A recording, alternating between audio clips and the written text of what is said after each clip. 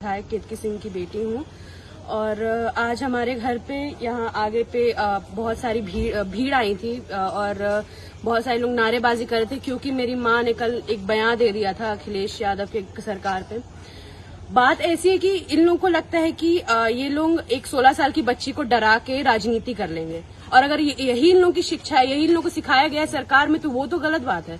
तो इन लोगों को थोड़ा सा मैं बता दूं कि आप लोग जितना मेरे को डराएंगे ना, मेरे को तो कुछ डर नहीं होगा, लेकिन अगर आप लोग मेरे ऊपर उंगली भी उठा ली ना तो मेरी माँ आप लोगों को बीच से फाड़ देगी। तो आप लोग मेरे को तो ना बोले, ठीक है, अगर आपको बोलना है तो बलिया जाएं। बलिया में मेरी माँ है अभी, जहाँ पे वो अभी नेता है, जहाँ पे विधायक है, वहां जाके आप लोग बोले तो थोड़ा ठीक भी लगता है। 16 साल की बच्ची जो घर में अकेले रहती है उसको डराना तो कहीं की राजनीति नहीं है मेरे ख्याल से। और ये बात आप लोग अपनी सरकार से भी साफ कर दीजिए कि कुछ भी कर ले, मैं नहीं डरूंगी यहाँ पे, ना ही मेरी माँ डरेगी। तो मेरे घर से लेकर चले जाएंगे सब। राजनीति मैं करती हूँ, मैं विधायक हूँ, मैं भारतीय जनता पार्टी की कार्यकर्ता हूँ। आप जो बोलती हूँ मैं बोलती हूँ, जो करती हूँ मैं करती हूँ। अगर आपको घेराव करना ही था, आपको घेरना ही था, आपको डराना ही था, तो आप मुझे डराते ना।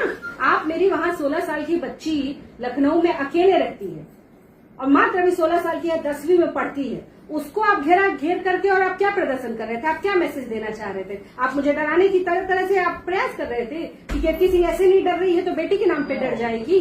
आप ये दिखाना चाह रहे थे क्या? आप ये कहते हैं कि हमारी सरकार आएगी तो ये करेगी वो करेगी। आज मेरी बच्ची स्कूल नहीं गई, डर के मारे 10वीं क्लास की बच्ची, एक दिन उसके लिए इतना कीमती है, आज वो स्कूल नहीं गई सिर्फ इनके हंगामे की वजह से।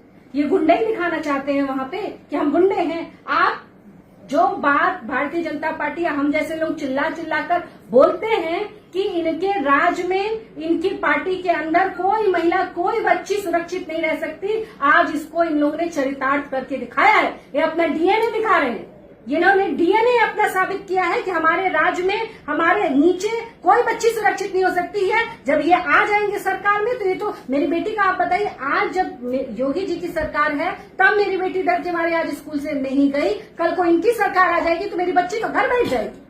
और मैं उसकी जैसी ना जाने कितनी बच्ची हैं जिनके माँ बाप इनके विरोध में अगर रहेंगे, इनकी पार्टी के विरोध में रहेंगे तो उनके बच्चों से पढ़ाई लिखाई शिक्षा का आप अधिकार छीन लेंगे, सुरक्षा का अधिकार छीन लेंगे। आप आके वहां पे ड्रामा करेंगे, प्रदर्शन करेंगे। मैं मर गई हूँ क्या? यही जिंदा हूँ, यहाँ बैठी हूँ। हिम्मत है तो आके मेरे से लड़ो। मैं कब पड़ गई हूँ क्या लड़ने के लिए? जो कहा मैंने, और मैंने कहीं भी किसी को चोर वोर कुछ नहीं बुलाया। मैंने एक हिसाब मांगा। क्यों ये लोग वोट चोर कर रहे हैं? तो क्या ये कहा जाए कि वो किसी को चोर कह रहे हैं? मैंने सिर्फ हिसाब मांगा टोटियों का। कल भी मांगा था, आज भी मांग रही हूँ और कल भी मांगूंगी। और सिर्फ इसी का हिसाब नहीं मांगूंगी। जितना आपने भ्रष्टाचार किया है, जितना आपने अपराध किया है, जितना आपने कत्ल किया है, जितना आपने बलात्कार किया, सबका हिसाब मांगूंगी। और ये अगर आपका सोच है कि हम जैसी महिलाएं जो इस देश के लिए लड़ रहे हैं, आपके विरोध में जो लड़ रहे हैं, अगर उनके परिवार को आप ढाल बनाकर और सोचेंगे कि हमको डरा देंगे, ये नहीं होगा। कल जब से मैंने बयान दिया है, आप लोग फेसबुक उठा के देखिए, इतनी गंदी टिप्पणियां एक महिला के खिलाफ में ये कर रहे हैं। मैं पूछना चाहती हूँ, राजनीति का स्तर कोई होना चाहिए कि नहीं होना चाहिए? कोई राजनीति में कोई शब्दों की मर्यादा होनी चाहिए कि नहीं होनी चाहिए? मैं भी किसी के घर की बहू या बेटी हूँ, मैंने तो किसी को चोर नहीं कहा, पर जिसकी दाढ़ी में तिनका रहता है उसको खुजली जरूर होती है। उसको पता चल जाता है कि मेरे ही विषय में बात हो रही है। तो जिनके दाढ़ी में तिनका था, इन समाजवादियों के, इनको खुजली हुई और मैं ऐसे ही बोलती रहूंगी। ना मैं कल घंटा किसी से डरती थी, ना मैं आज किसी से डरती हूँ। कैसे बच्चे स्कूल जाएंगे?